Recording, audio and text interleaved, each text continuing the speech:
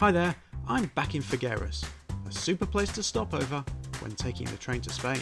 And after helping me solve the mystery of the non-stop nighttime ding-dong, Anna has very kindly offered to show me the Dali Theatre Museum and to help me see what Salvador has to say for himself. The museum was created by Dali in the old theatre he used to go to as a child. Oh, should we go inside? Actually, this is where the museum starts, so it's right here already on the square. The first thing we're going to look at is what Dali chose to put in the prime spot. So what's this then? This is a homage, a tribute to one of Dali's friends, a thinker, philosopher. His name was Francesc Pujols. Pujols became a well-respected figure for his system of science-based philosophy. He wrote a defence of Gaudi's works, which were controversial at the time. Dali even translated them into French. Here there is a quote of Pujols saying that the Catalan thought, the Catalan thinking can always survive even if they try to bury it. This is an olive tree log, and it is millenary.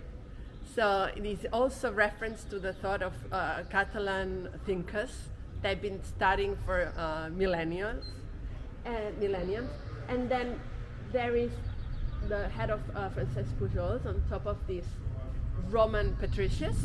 Patricians were the ancient Roman nobility, and Dali thought that Pujols was like one of the greatest patricians ever, the Emperor Trajan.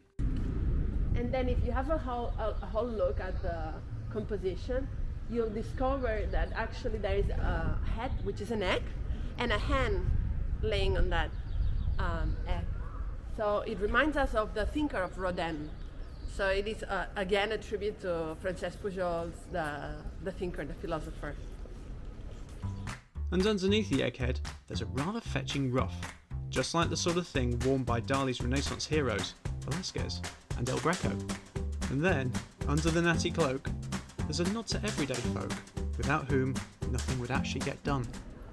So, what's the thing on the top? That little bubbly thing? That thing, it is actually an atom, a hydrogen atom, and it is again one of the tributes Dali does to science because he was obsessed with the atomic theories. So here we have it, and it is repeated there on the square. There is a little fountain that was here already before Dali built his museum. And that's again an atom, hydrogen atom. Or at least his interpretation. His interpretation, definitely. Scientists would say that this is not a hydrogen atom. Well, anyway, artistic license maybe. There we go. Dali's interest in science, and in particular Freud's theories on the subconscious, led him to experiment with techniques to try and unlock his own mind. He'd go to sleep holding a metal object like a key or a spoon over a plate, so that when he let go of it as he drifted off, he'd get woken up and get access to his dreams. Who knows, maybe he got the idea from listening to the bells of Saint-Père clanging away through the night. But in any event, his persistence paid off, with him creating his most famous picture, Persistence of Memory, after a late-night encounter with a ripe camembert. Now, what next? So here we have a column, very special column made out of tractor tires, all piled up. So Dali used to do this thing where he used regular objects.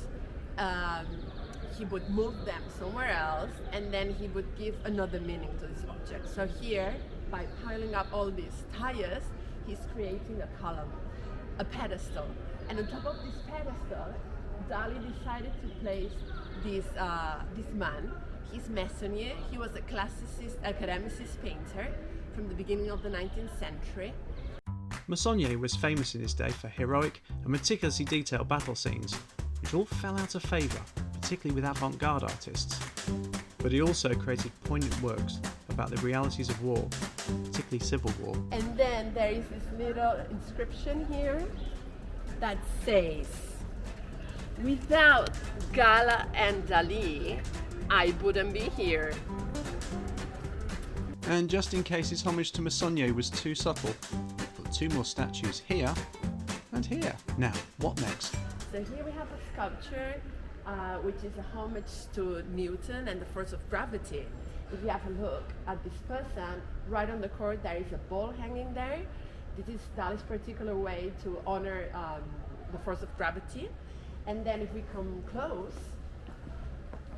there is deconstructed foot.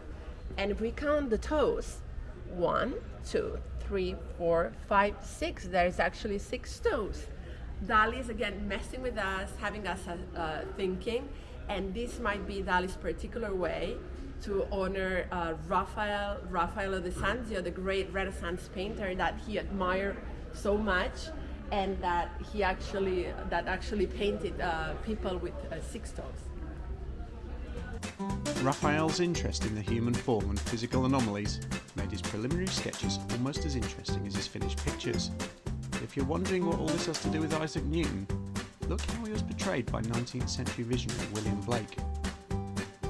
Now let's go and look around the other side of the museum, past a column of televisions, and see another side of Dali, which may just make our tummies rumble. Okay, so where are we now? So we are facing the outside facade of the Dali Museum. At first, the Dali Museum was built in the old theater of Figueras, and later on, a few years later, Dali bought this whole house here, which was the house of a wealthy family from town, and together with the tower. And he thought of this design, this decoration of the facade with breads. If you have a look, all these are breads, typical bread from this region. We call it the 3-tip bread because it's got 3 edges, 1, 2, 3. If you're wondering where you've seen a building like this before, maybe it's the Casa de las Conchas in Salamanca, which is covered in clamshells. And if you're wondering where you've seen bread like this before, how about on Dali's head? And then on top of the facade, we've got the X, the big X.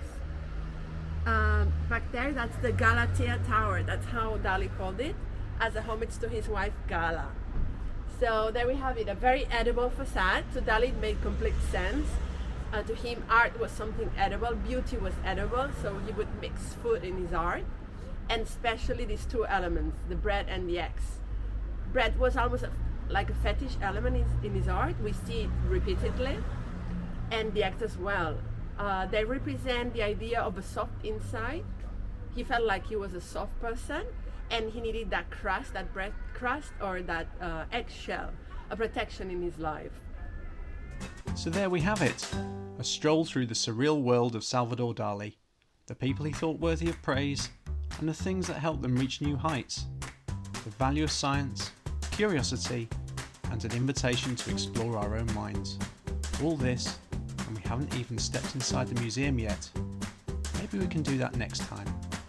Figueras is easy to get to by train, and when you stop off here, why not book a tour with the walking, talking encyclopedic polyglot, also known as Anna, or one of her colleagues. I've put some details in the description, and if you have anything you'd like to ask, just leave a comment. Oh, and a thumbs up. And a subscribe? Thanks. Cheerio!